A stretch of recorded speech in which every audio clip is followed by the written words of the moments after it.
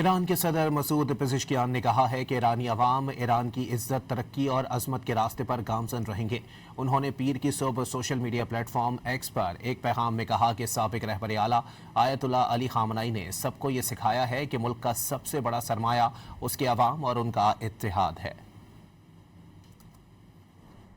ایران کے صدر Masoud Pezeshkian نے کہا ہے کہ ایرانی عوام ایران کی عزت، ترقی اور عظمت کے راستے پر گامزن رہیں گے۔ انہوں نے پیر کی صبح social media platform X پر ایک پیغام میں کہا کہ سابق رہبر اعلیٰ آیت اللہ علی خامنئی نے سب کو یہ سکھایا ہے کہ ملک کا سب سے بڑا سرمایہ اس کے عوام اور ان کا اتحاد ہے۔